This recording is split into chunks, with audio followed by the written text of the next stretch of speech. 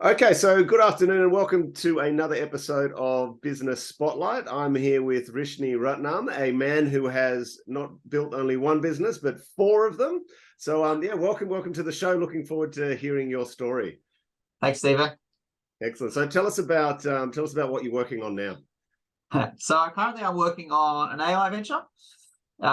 Basically, everyone in the world has seen how crazy AI has been over the past, really 6 months, but it's been building up to that for quite a long time. And my belief is really that if we can't help organizations make decisions faster, and that means governments and big companies and all the rest of it, I think we're in for a really tough time because of the pace of change that's happening. So I'm really doing an AI venture to help people make much faster, high quality decisions. Okay, so tell us a bit about your target market. Who are you helping, and what's the detail of the problem you're solving?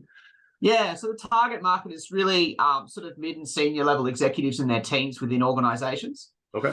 And the pain that we're really solving is how can you help those people come to decisions faster and come to decisions at higher quality. So we know there's a massive proliferation of information. There's too much out there. It's too hard to absorb it all. Change is too fast. But also when we work together as teams, everyone's kind of got a different perspective. And how is it we can bring those perspectives together into a common fact base that can help make an informed decision? The old way of doing this is actually, training people and skilling people. Unfortunately, having, been a sort of international management consultant, what I can tell is that people are just too busy to spend the time and build the skills that they would love to make really fast, high quality decisions. It's just too hard in a big organization. But I reckon that if you can use artificial intelligence to give people superpowers, I use the term augmented intelligence, give people these sort of ways of thinking, then they can make those decisions much faster and they can understand other people's perspectives much better. Yeah, amazing. So where's the venture up to? Well, we ought to be launching our MVP in the next week or so. So we've been building like crazy over the past 2 months, leveraging a lot of the crazy technologies people have seen out from OpenAI, and then some of the amazing things that people are building on top of that. We'll go out to a closed pilot group of sort of 20 to 40 former colleagues and people from companies that I've worked for before in those kind of mid to senior level positions, and get some feedback, and then hopefully in about a month or two, we'll open it all up to the public. Wow, that's exciting. How has the journey been from conception to here? I mean, as you sort of said at the start, it's not my first time, but this is kind of one of the hardest bits about starting a new venture, particularly a high growth venture, where it's kind of driven on faith. You really don't know whether you've got something that's sort of interesting. You have to build up some certain amount of sort of product before you can get it out to people, and getting that balance right of how little do I want to build before I show people versus spending too much time building something that maybe people don't want. So it's quite a nervous time. Yeah. And having run ventures before, what particular insight or skill has that given you that you've used? Well, I suppose I've been fortunate in that each of my ventures have been in quite a different space. I started out in a design thinking consultancy, which is a non-scalable business, but really about sort of interpersonal skills. I then moved on and built my first machine learning venture back in 2015. I started a real estate company for a while. I've been in education at one of the higher educational institutions. So building together the core skills that I would call for a kind of digital entrepreneur, between design, products, software development, and actually the most important skill I think of all of them, which is leadership. The thing that actually gets me up early in the morning, and the thing that gets me really excited is the question, how can I be the best leader that I can be? I just really love working with teams and empowering people. So, building up those skills and working with diverse profiles and understanding how to be a great leader, that's the most important skill and the most exciting skill. Fantastic. And so, Rishni, it's interesting that you've got you've got a positivity about teams and your role as a leader.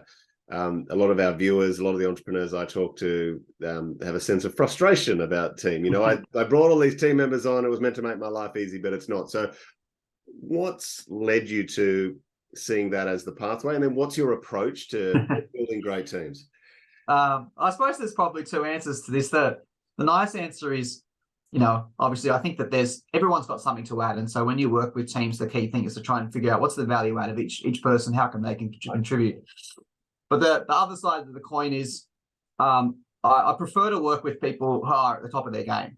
But at the same time, I prefer to work with people who are nice. So for me, the sweet spot is trying to find people who are A players, the HD students, or they're doing things outside of the box, but also happen to be great people to work with. And I think if you can combine those two things, you create an environment where everyone just really enjoys working together. Now, those people are unicorns. It's really hard to find people that are top of their game and really nice. So for me, so much of my sort of leadership is how do I find and attract those kinds of people, and what do you do that gets them excited? And to be honest, if it doesn't get other people excited, I really don't care. I'm after those A players who are just nice. Yeah, so hear that, everyone? Just whacking it out on second hiring one of the bunch is not going to get you that Venn diagram. No, it's I was following you every word there. I was going, yes, you spend a lot of time looking for people then and getting that right. Yeah, no, it makes it easy, doesn't it? And it makes it a joy watching awesome people do awesome things. Yeah, absolutely. And it's, people talk so much about the key thing about a leader is actually, stepping out and letting people do the work and do the thinking, right? That works if you've got amazing people who are really capable. And it's enjoyable if they also happen to be great people to work with, that you enjoy spending time with. They have an empathy about them.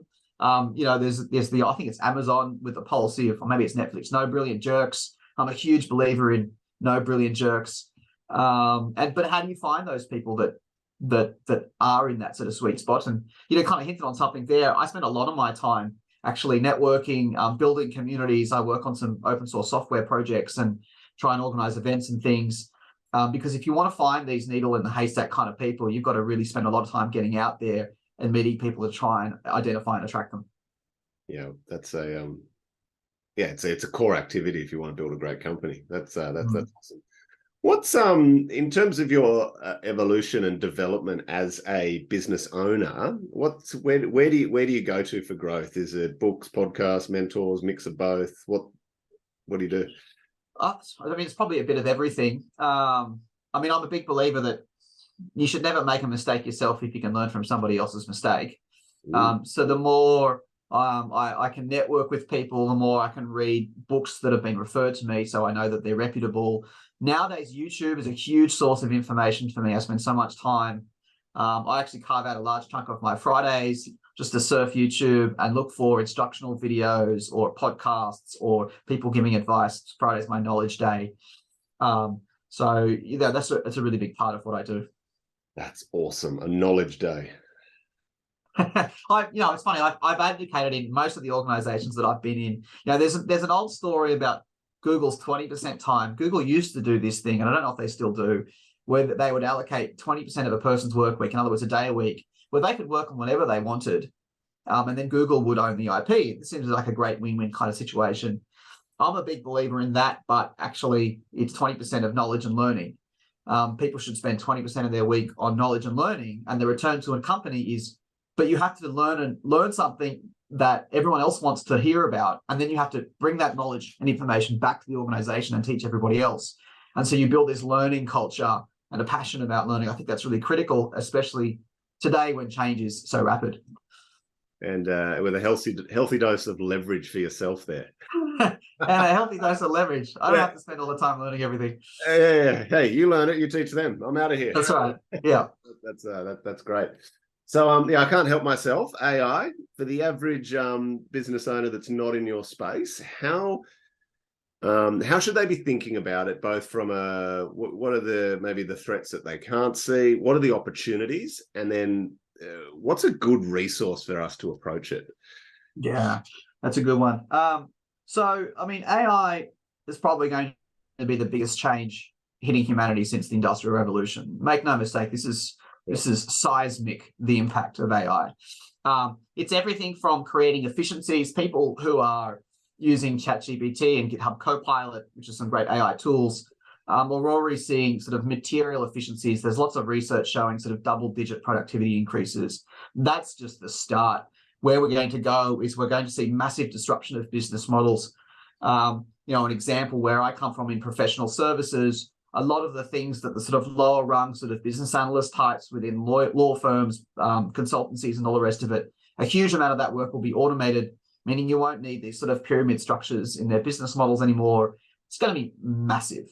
So if you're a business owner, it's worth following this. You don't need to worry about the weeds and the technology, but you sort of really need to be following where the impacts are and will likely be seen, with a mind to the fact that our view in society is changing on this. If you'd asked me 5 years ago, where was the impact going? Sorry, if you'd asked most people where the impact was going to be seen, most people would have told you it's low skilled jobs, low qualification jobs, because they're things that are easy to do. That's bollocks. Actually, it's any job where knowledge is important, where data is important, track record is important. So classic example is law. If you look at law, it's a logical profession. It's based on track record. The fact that you need a 5 or 6 year degree or whatever it is irrelevant. It actually makes it easier for the machines to learn that stuff. Yeah. So people should rethink about the impacts. Resources and knowledge. I mean, there are some great sources out there to keep an eye on. I'm a little bit biased. I used to work at McKinsey. I actually find McKinsey is really good for some of their insights around this sort of space. There's some great stuff coming out of Google, and OpenAI themselves do a lot of research.